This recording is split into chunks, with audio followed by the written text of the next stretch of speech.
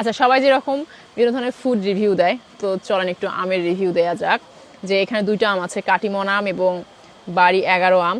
তো একটু শুরু করি, অল্প করেই নেওয়া যাক। বিসমিল্লাহ। বাড়ি 11 আম, না এটা কাটিমন আম খেলাম। কাটিমন আম যেটা একদমই টক ভাব নাই, মিষ্টি তো ভালো, আপনারা যারা খেয়েছেন তারা জানেন। এখানে আঁশ হালকা, এই আমের ক্ষেত্রে যেটা হয় আটি পাতলা, এটা খোসা পাতলা এবং রসালো এই আমটা। আপনারা এমনি হচ্ছে কেটে খাওয়ার পাশাপাশি ব্লেন্ড করে জুস বানিয়ে খেতে পারবেন। তবে আমের জুস বানানোর ক্ষেত্রে আমার একটা টিপস আমি শেয়ার করতে চাই। আমের জুস বানানোর ক্ষেত্রে আপনারা যেটা করতে পারেন, একটু পুদিনা পাতা অ্যাড করে নিতে পারেন এবং 2-1টা কাঁচামরিচ, একটু লবণ, তাহলে দেখবেন স্বাদটা অনেক গুণে বেড়ে যাবে। তো আমাদের সাথে এখন যুক্ত হয়েছেন সাগর স্যার। আমরা কাটিমনের পাশাপাশি বাড়ি 11 রিভিউ দিব।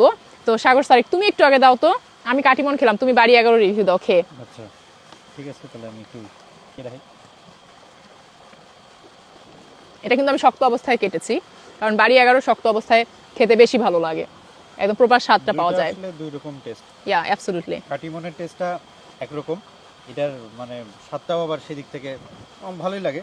আর বাড়ি 11 ভালো, এই সময়ের বাড়ি 11 কিন্তু ভালো, জি টেস্টটা ভালো। আমার মনে হয় যে দুটাই মানে যারা কিনবে দুটাই টেস্ট নিতে পারেন না, একটু অল্প অল্প করে কিনে। আচ্ছা, এখানে আমি একটু অ্যাড করতে চাই, দুটোই আসলে মিষ্টি আম, কোনটাই আসলে টক আম না, দুটোই মিষ্টি আম।